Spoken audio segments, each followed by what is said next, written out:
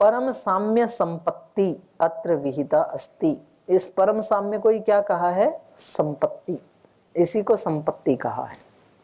तो ये आगे कह रहे हैं ब्राह्मणे ब्राह्मण जैमिनी उपन्यासादिभ्य।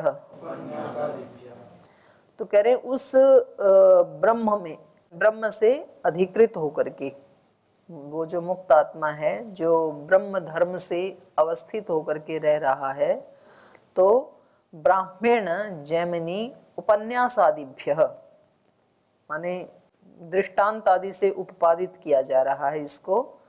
तो ये ऐसे कह रहे हैं, जैमिनी ऋषि ऐसे कह रहे हैं, ब्राह्मण धर्मेण अवतिष्ठते, ब्रह्म के धर्म से युक्त होकर के ही ये जीवात्मा रहता है, मुक्तात्मा।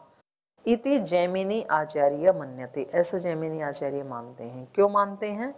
उपन्यासादिभ्य पन्यस्यते उपक्षिप्यते दृष्टान्तेन उपपाद्यते यो विचारः स उपन्यासः। उपन्यास का अर्थ इन्होंने किया उपन्यस्यते, उपनश्यते का अर्थ किया उपक्षिप्यते, जिसको उस ब्रह्म में ही फेंक दिया जाता है, डाल दिया जाता है, उपक्षिप्यते। दृष्टान्तेन उपपाद्यते यो विचारः स उपन्यासः, माने दृष्टांत से जिसको उपपादित किया जाता है उसको उपन्यास कहते हैं। आदिना फल व्यवहारौ च गृह्येते, और उपन्यास आदि ऐसे कहा ना सूत्र में, तो आदि शब्द से क्या ले लिया? फल और व्यवहार का भी यहाँ पर ग्रहण हो रहा है। तो अब इसका अर्थ कर रहे हैं, जीवात्मन किल स्वभावो यत्र अवतिष्ठते तत्र तद्धर्मा भूत्वा एव अवतिष्ठते। ये जो जीवात्मा है, ये जीवात्मन किल स्वभाव यत्र अवतिष्ठते, स्वभाव में, अपने स्वभाव से वहां रहता है। तो इसका मतलब क्या है? स्वभाव का मतलब तत्र तद्धर्मा भूत्वा एव अवतिष्ठते। तो इसमें दो बातें कही जा रही हैं कि इस जीवात्मा का स्वभाव क्या है। जीवात्मा किल स्वभाव, इस जीवात्मा का स्वभाव क्या है? यत्र अवतिष्ठते, जहाँ कहीं भी रहता है ना, वहां पर तद्धर्मा भूत्वा एव अवतिष्ठते, वहां पर ये तद्धर्मा होकर के ही रहता है। जब ये संसार में रहता है, स्थूल शरीर में रहता है या सूक्ष्म शरीर में रहता है, तब किसके धर्म से युक्त होकर के रहता है? स्थूल शरीर और संसार के धर्म से युक्त होकर के ही रहता है। और जब ये परमात्मा के साथ रहता है, ब्रह्म के साथ रहता है, तब किस स्वभाव से युक्त होकर के रहता है? ब्रह्म भाव के स्वभाव से युक्त होकर के रहता है। यही इसका अपना निजी स्वभाव है। आत्मा का अपना स्वभाव, अपना स्वरूप क्या है? जिसके साथ रहता है ना, उसी के धर्म वाला होकर के रहता है। ये इसका अपना कोई धर्म नहीं है, और दूसरे की सहायता के बिना ये कुछ कर भी नहीं सकता है। तो या तो ये संसार की सहायता से करेगा और या तो ये ब्रह्म की सहायता से करेगा। तो दोनों में से एक की सहायता इसको अवश्य ही अपेक्षणीय है, अपने आप में नहीं रह सकता है ये।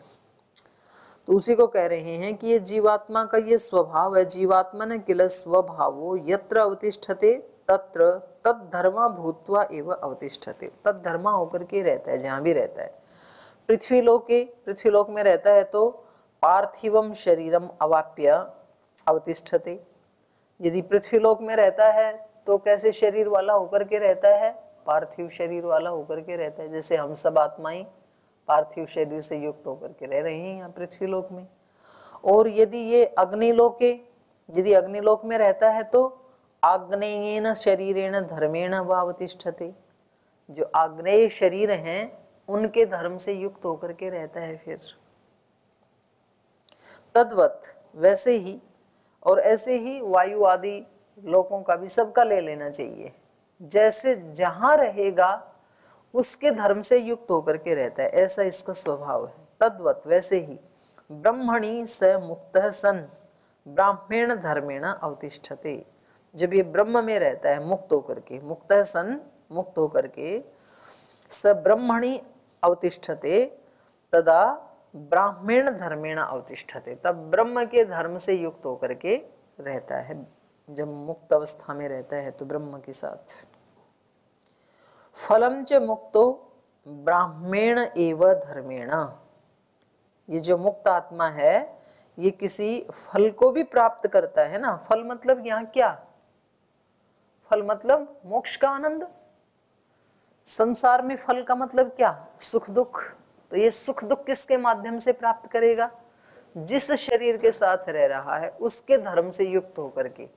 और ब्रह्म में भी फल को प्राप्त करेगा, माने मोक्ष सुख को यदि प्राप्त करेगा तो वो किसके माध्यम से करेगा, ब्रह्म के माध्यम से। मुक्तो च फलम ब्राह्मेण एवं धर्मेण, ब्रह्म के जो धर्म हैं उन्हीं से ही, उस धर्म से युक्त होकर के ही। और वो धर्म कैसे हो जाते हैं, शरीर स्थानीय न, वो ब्रह्म के धर्म शरीर स्थान वाले ही हो जाते हैं, माने शरीर का ही स्थान ले लेते हैं वो। जैसे यहाँ शरीर से सुख दुख को भोगता है, वैसे वहां ब्रह्म के धर्म हैं वो शरीर का काम करते हैं इसके लिए। तो ब्रह्म के धर्म से युक्त होकर के ही ब्राह्मण एवं धर्मेण शरीर स्थानीय न भुंगते, तभी भोग कर सकता है ये। माने मोक्ष का भोग भी ये स्वयं केवल अपने आत्मा के स्वरूप से नहीं कर सकता है, तो वहां पर भी इसको ब्रह्म के धर्म की आवश्यकता है। तो वो धर्म स्थूल तो होते नहीं है, तो वो सूक्ष्म जैसे ही होते हैं, सूक्ष्म शरीर की तरह से ही होते हैं वो। तथैव दयानंद ऋषिणा अपि उक्तम, और यही बात महर्षि दयानंद ने भी कही है, तो नीचे टिप्पणी दे रहे हैं ये नवम समुल्लास की। जैसे सांसारिक सुख शरीर के आधार से भोगता है, वैसे ही परमेश्वर के आधार पर मुक्ति के आनंद को जीवात्मा भोगता है। क्योंकि वहां पर तो कोई भी शरीर नहीं है इसके पास, ना स्थूल तो है ही नहीं, सूक्ष्म भी नहीं है, तो वहां कैसे भोगे, तो वो परमात्मा के धर्म से, परमात्मा की ही सहायता से, उसके धर्मों से युक्त होकर के ही परमात्मा के आनंद को भोगता है। कोई कहे कि भाई वहां क्या जरूरत है, वहां कोई दूसरा शरीर लेने की जरूरत ही क्या है। बोले यदि ये ब्रह्म के धर्म को शरीर रूप में ना अपनाए तो इसको आनंद नहीं आएगा, और यदि आनंद ना आए तो फिर मुक्ति में जाने का मतलब क्या होता है। मुक्ति में गया किस लिए है, बड़े आनंद के लिए तो गया है, कि संसार के आनंद तो छोटे हैं, अस्थाई हैं, तो उसी के लिए तो गया है। वो मिले नहीं तो फिर फायदा क्या। उसी को कह रहे हैं, यदि तत्र ब्रह्मणि ब्राह्मम धर्मम विज्ञान आनंदादिकम न आददीत तर्हि तद्गत सुखम न आपनुयात् पुनः पुनर्मुक्ते। पुनर्मुक्ते को लाभ तथा व्यवहारश्च अपि तत्र कथम स्यात्। यदि तत्र ब्रह्मणि, यदि वहां मुक्त होकर के उस ब्रह्म में ब्राह्मम धर्मम, ब्रह्म के जो धर्म है उनको, कौन से धर्म है, विज्ञान आनंद आदि, ब्रह्म के धर्म तो यही है, ज्ञान स्वरूप है, आनंद स्वरूप है। तो कह रहे इन विज्ञान आनंद आदिकम न आददीत, यदि उन धर्मों को ये ना लेवे, यदि उनकी सहायता ना लेवे, तर्हि तो फिर तद्गत सुखम न आपनुयात्, तो ब्रह्मगत सुख को भी ये प्राप्त नहीं कर सकता है। और यदि ब्रह्मगत सुख को प्राप्त ना कर पाए वहां जाकर के, तो पुनः मुक्ते को लाभ, तो फिर ऐसी मुक्ति का क्या लाभ, जहां सुख ही ना मिले फिर तो वो मूर्छित जैसे हो जाएगा। पुनः मुक्ते को लाभ तथा व्यवहारश्चापि तत्र कथम स्यात्, और फिर इसके कोई भी व्यवहार भी वहां कैसे चले, क्योंकि ये अपने आप तो कुछ भी कर नहीं सकता है, शुद्ध होते हुए भी प्रत्ययानुपश्य है ये। तो यहाँ रहेगा तो शरीर आदि की हेल्प लेगा, वहां रहेगा तो ब्रह्म की लेगा।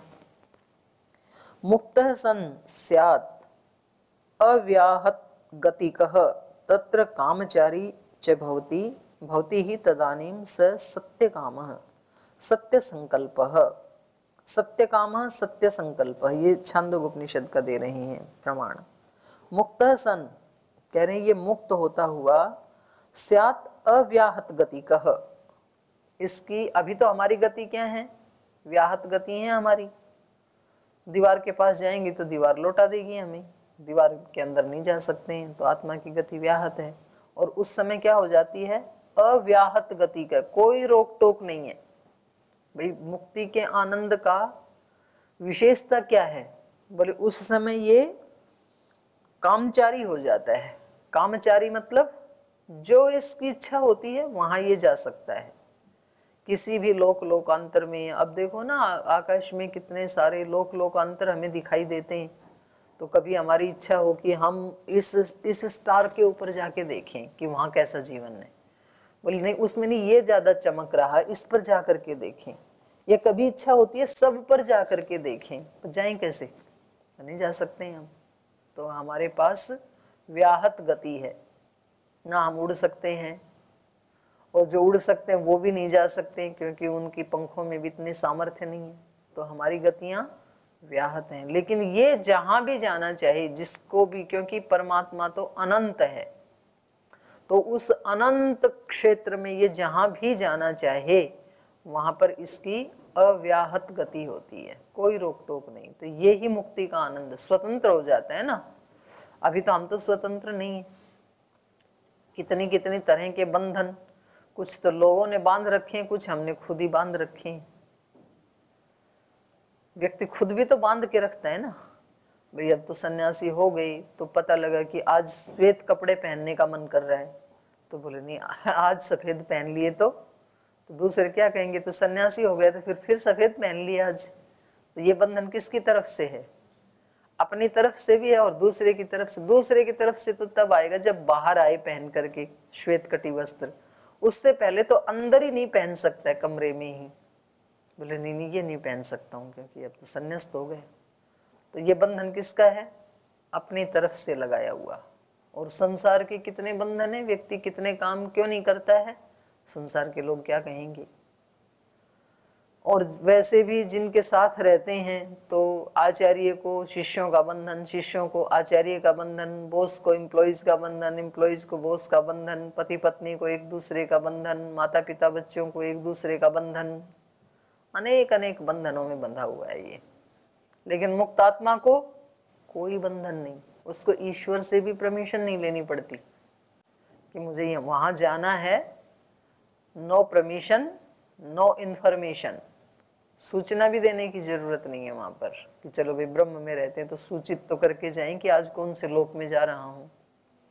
और सूचित भी क्या करना, वो तो है ही, वहाँ पर भी है वो, पर उसको कोई अनुमति नहीं लेनी होती है। जैसे यहाँ गुरुकुल में भी कुछ सन्यासी ब्रह्मचारी है ना, उनको बाहर जाना होता है तो नो परमिशन, नो इन्फॉर्मेशन, ना वो पूछते हैं किसी से, ना बताते हैं, तो वो क्या है? मुक्तात्मा। तो ऐसे नहीं है यहाँ पर। तो जो ऐसा करते हैं उनके भी मन में तो ये रहता ही है कि भाई क्लास तो लगेगी, पर लगे इसकी सो लग लेगी, अब चलते तो हैं, मनमाना काम तो कर ही लेते हैं। तो वहां इसका कोई व्याहत गति नहीं होती है। मुक्तः सन स्यात् अव्याहत गति कह, मुक्त होता हुआ ये अव्याहत गति वाला हो जाता है। तत्र कामचारी भवति, वहां पर ये कामचारी हो जाता है। जैसी इसकी कामना है ना वो सब कर सकता है। तो अब यहाँ प्रश्न ये हो सकता है कि भाई कामचारी है तो इसका मतलब इसकी कामनाएं अभी भी बची हुई हैं क्या? सारी कामनाओं को नष्ट करके तो मुक्त हुआ था, और अभी भी कोई कामनाएं हैं क्या जो कामचारी कह रही हैं? तो उसको थोड़ा स्पष्ट कर रही हैं आगे। कामचारी च भवति ही तदानीम स सत्य काम, कामना भी होगी तो उस समय कोई संसार की कामना नहीं होगी। कैसी कामना होगी? सत्य काम। सत्य माने ईश्वर, ईश्वर की ही कामना होगी, ब्रह्म की ही कामना होगी, क्योंकि ब्रह्म अनंत है। तो ये जिससे हम प्रीति करते हैं और जिसके पास हम रहते हैं तो उसका हम सब देखना चाहते हैं ना, कि भाई जैसे पतंजलि में आप रहते हैं तो पतंजलि के पास क्या क्या है वो सब देखना चाहते हैं ना। तो ऐसे तो नहीं कि भाई जब स्वामी जी को देख लिया तो बाकी सब स्वामी जी का ही विस्तार है, उसको क्या देखना, ऐसा नहीं आता है मन में व्यक्ति की। जब कहते हैं कि भाई हमने वहाँ पर पोखरी में एक ऐसे पेड़ लगाए हैं, ऐसे भवन बनाए हैं, वहाँ पर एक समुद्र भी पास में है, तो फिर इच्छा होती है ना कि जी दिखा के लाओ एक बार वो स्थान। तो ऐसा नहीं हो सकता कि भाई ब्रह्म ही मिल गया तो अब इसकी क्या कामनाएं, अब क्यों ये इधर उधर हंडता फिरेगा। तो ऐसा नहीं है, क्योंकि ब्रह्म अनंत है, तो ब्रह्म के जितने गुण, धर्म, स्वभाव ये अपने अंदर भर सकता है, उसको जान सकता है, उतना जानने का पूरी इसको स्वतंत्रता है, और ये जानता भी है, जानना ही चाहेगा व्यक्ति, इसी के लिए तो मुक्त हुआ है। तो लेकिन सत्य काम, सत्य संकल्प, इसका संकल्प क्या होगा? ईश्वर से, ब्रह्म से अलग कोई संकल्प नहीं हो सकता है, ब्रह्म से अतिरिक्त कोई कामना हो ही नहीं सकती है। तो सत्य संकल्प होता है, सत्य काम होता है। तस्य सर्वेषु लोकेषु कामचारो भवति, सब लोकों में उसका कामचार हो जाता है मुक्त आत्मा का। तो सब लोकों में हो जाता है तो पृथ्वी लोक में भी हो जाता है। तो मानो कि कोई मुक्त आत्मा का आह्वान करे कि जी मेरी थोड़ी हेल्प करो, तो कर सकता है, क्योंकि पृथ्वी लोक में भी आ सकता है, अबाध गति से आ सकता है, कोई रोक टोक नहीं है। या अन्य कहीं भी वो देखने के लिए जाएगा ब्रह्म के ऐश्वर्य को, आनंत्य को, वहां भी जा सकता है, तो उसका बेरोक टोक गति होती है। आगे कहा चिति तन्मात्रेण तदात्मकत्वात् इति औडुलोमिः। करें चिति तन्मात्रेण, चिति का मतलब है चेतन, जैसे दृक् शक्ति है ना, तो ऐसे यहाँ चिति शक्ति, चिति और तन्मात्रेण, तन्मात्र के साथ ये मुक्त आत्मा रहता है। चिति तन्मात्रेण माने चेतन, जो इसका अपना स्वरूप है चेतन, और परमात्मा का भी, ब्रह्म का रूप भी क्या है? चेतन। तो चिति तन्मात्रेण तदात्मकत्वात्, क्योंकि तदात्मकत्वात् वो चेतन स्वरूप वाला ही होने के कारण, परमात्मा भी चेतन स्वरूप, आत्मा भी, जीवात्मा भी चेतन स्वरूप, तदात्मकत्वात् इति औडुलोमी। तो ये औडुलोमी आचार्य कह रही हैं। ऊपर वाला जो मत था कि वो ब्रह्म के धर्म से युक्त होकर के ही रहता है, वो जैमिनी आचार्य का मत है। और वो चिति तन्मात्रेण, चेतन मात्र होकर चेतन मात्र के साथ रहता है, क्योंकि वही उसका स्वरूप है। ये किसका मत है? औडुलोमी का, चेतन स्वरूप ही है वो। स एष मुक्तात्मा मुक्तौ चिति तन्मात्रेण अवतिष्ठते। ये जो मुक्त आत्मा है, ये मुक्ति में चिति तन्मात्रेण अवतिष्ठते। तो इसी को खोल रहे हैं, चिति एव पुरुषः। ये योग दर्शन में भी आया है ना। पुरुष क्या है? चेतन मात्र ही है, उसका अपना स्वरूप क्या है? चिति एव, चिति एव पुरुषः। ये व्यास भाष्य में आया है 1:9 में। आत्मा ही चिति ही, चिति माने चेतनत्वात्, ये आत्मा क्या है? चिति शक्ति ही है, ये चेतन शक्ति ही है, क्योंकि चेतनत्वात्, क्योंकि चेतन है, वही हेतु, वही प्रतिज्ञा, और कुछ है ही नहीं ना वहाँ चिति के अतिरिक्त, और सारी उपमा हेतु वो सब हीन हो जाएंगे इसके सामने। आत्मत्व मात्रेण चैतन्य मात्रेण अवतिष्ठते, अवतिष्ठते नहीं तत्र अचेतनत्व संस्पर्शो विद्यते। वहां मुक्ति में आत्मत्व मात्रेण, केवल आत्मत्व, आत्मत्व मतलब चेतनत्व, चेतनत्व मात्र इस धर्म से युक्त होकर के ही रहता है। चैतन्य, चैतन्य मात्रेण अवतिष्ठते, चैतन्य, चेतन मात्र होकर के रहता है। तत्र न ही अचेतनत्व संस्पर्शो अपि विद्यते, वहां पर प्रकृति का छोटा सा भी संस्पर्श भी नहीं होता है।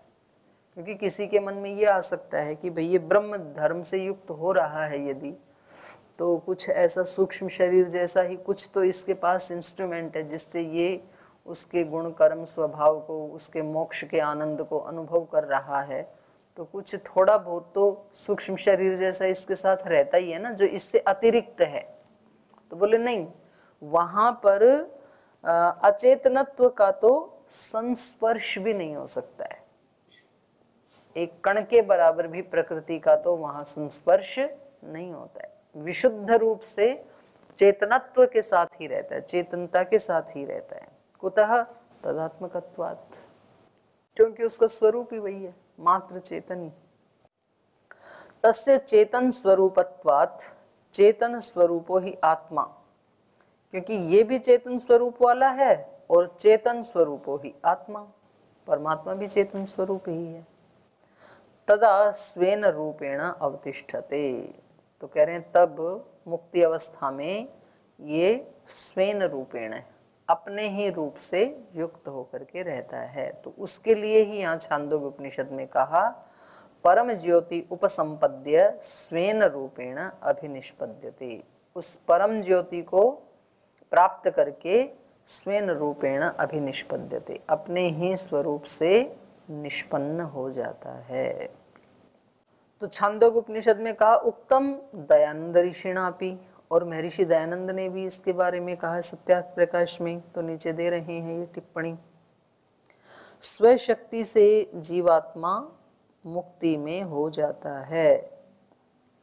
तो यहाँ पर जो कहा ना स्वेन रूपेण है, उसी को इन्होंने क्या कहा, स्वशक्ति, स्वशक्ति से जीवात्मा मुक्ति में हो जाता है। स्वशक्ति का मतलब है चेतन शक्ति, माने अपने चेतन स्वरूप में रहता है ये मुक्ति में। परमात्मा का भी चेतन स्वरूप, आत्मा का भी चेतन स्वरूप, तो उसके धर्म से युक्त होकर के रहता है।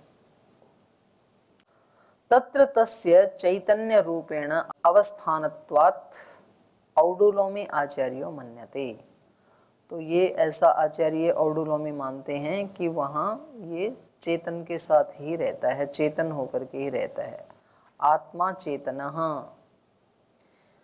और इसके लिए बृहदारण्यक का एक प्रमाण दे रहे हैं, एवं वा अरे अयम आत्मा अनंतरो अबाह्य कृत्स्नः प्रज्ञान घन एव, प्रज्ञान घन एव चेतन एव।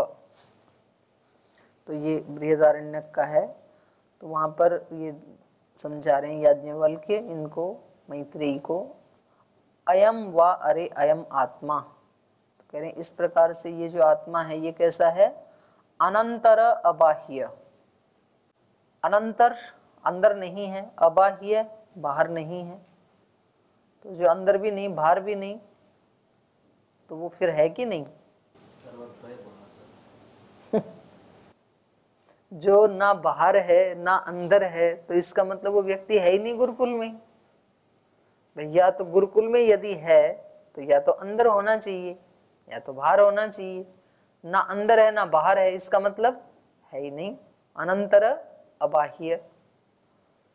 तो ऐसा अर्थ भी तो निकल सकता है ना, लेकिन यहाँ पर ऐसा अर्थ नहीं है। तो अनंतर अबाह्य का अर्थ क्या है, केवल अंदर नहीं है, केवल बाहर नहीं है, तो सर्वत्र है। कृत्स्नः पूर्ण, प्रज्ञान घन एव, प्रज्ञान का क्या है, वो घन रूप है। एक तो प्रज्ञान अभी हम सब के अंदर ही है, लेकिन वो प्रज्ञान अभी कैसा है, तरंग रूप है, एक ऊर्जा के रूप में है, और वो ही घन हो जाए तो फिर तो आकृति बन गई। तो प्रज्ञान घन का मतलब क्या हुआ, फिर प्रज्ञान मात्र, जैसे अपने यहाँ घनवटी बनाते हैं ना, गिलोय घनवटी, गिलोय घनवटी में क्या क्या होता है, गिलोय को उबालो, फिर उसका वो स्टीम बनेगा, फिर वो उसको स्टीम को वो करते करते एकत्रित करते करते फिर वो उसका बिल्कुल जो उसका सार है वो बच जाएगा गिलोय का, बाकी सब उड़ जाएगा, भुन जाएगा, नष्ट हो जाएगा। तो वो जो सार रूप जो इकट्ठा हो गया, एकत्रित हो गया, उसको कहेंगे घनवटी। तो यहाँ विज्ञान मात्र माने उसमें और जो चीजें हैं ना वो सब हट जाती हैं, तो इसलिए यहाँ पर इसको कहा प्रज्ञान घन एव, प्रकृष्ट ज्ञान घन ही होता है, सघन ज्ञान ऐसा है वो। आगे कह रहे हैं जैमिनी औडुलोमी मतयोः समन्वयम प्रदर्शयति बादरायण, तो इन दोनों के मत का समन्वय बादरायण ऋषि दिखा रहे हैं। इन्होंने कहा था कि ब्रह्म के धर्म से युक्त होकर के रहता है मुक्ति में, इन्होंने कहा चेतन मात्र होकर के रहता है, क्योंकि उसका अपना स्वरूप और परमात्मा का स्वरूप भी चेतन है। तो अब इन दोनों का समन्वय ये कर रहे हैं। एवं अपि उपन्यासात् पूर्व भावाद अविरोधम बादरायणः।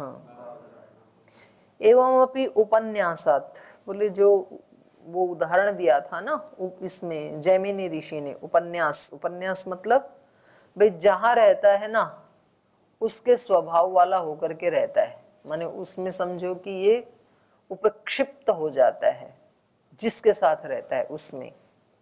तो जैसे किसी को गंगा में फेंक दिया जाए तो वो कैसा हो जाएगा, गीला हो जाएगा, गंगा के स्वरूप वाला। अग्नि में डाल दिया तो अग्नि जैसा हो जाएगा, कीचड़ में डाला तो कीचड़ जैसा हो जाएगा। तो ऐसे ये आत्मा उपन्यासात मतलब उपक्षिप्यते, माने जिस भी दृष्टांत से ये उत्पादित किया जाता है, जहां भी इस जिससे भी युक्त हो जाता है उसी के धर्म वाला हो जाता है। ये जो कहा था एवं उपन्यासात पूर्व भावात, और पूर्व भावात मतलब जैसा ये इस जड़ से मिलने से पहले था, तो पहले क्या था, चेतन। तो इन दोनों में पूर्व भावात ये तो कहा ओडुलोमी ने, और उपन्यासात वाला कहा जैमिनी ने। तो कह रहे इनमें अविरोधम, कोई विरोध नहीं है दोनों में, ऐसा बादरायण ऋषि कह रहे हैं।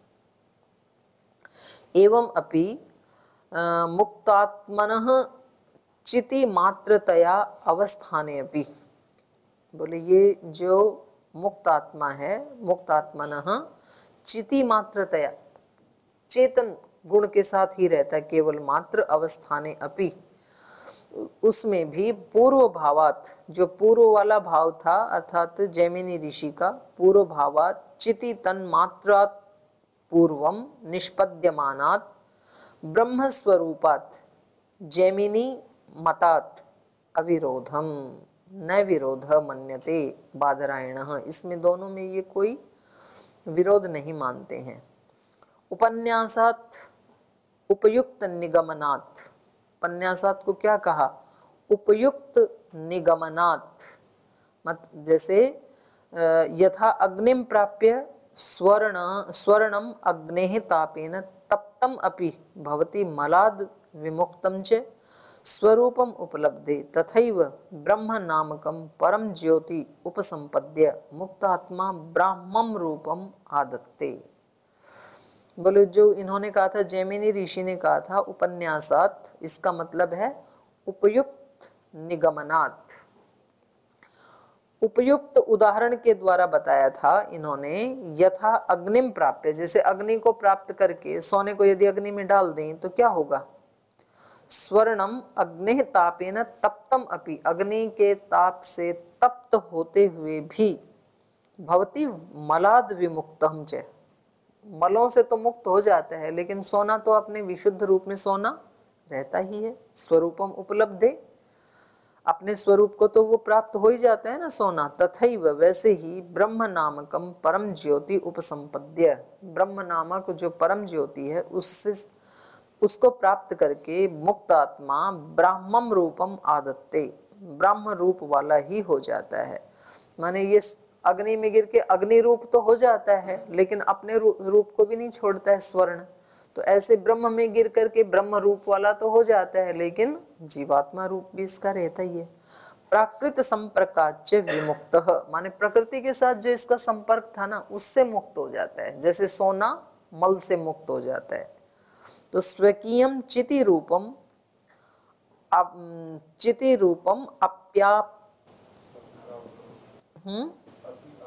अपि आपनोति, चिति रूपम अपि आपनोति, अपने चिति रूप को भी प्राप्त कर लेता है, जो ओडोलोमी ने कहा था, और प्रकृति से हट जाता है। तो दोनों में कोई अंतर नहीं है। तो आज यहीं विराम लेते हैं।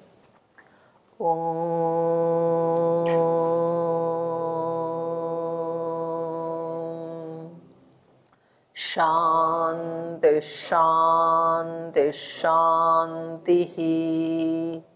श्री गुरुभ्यो नमः।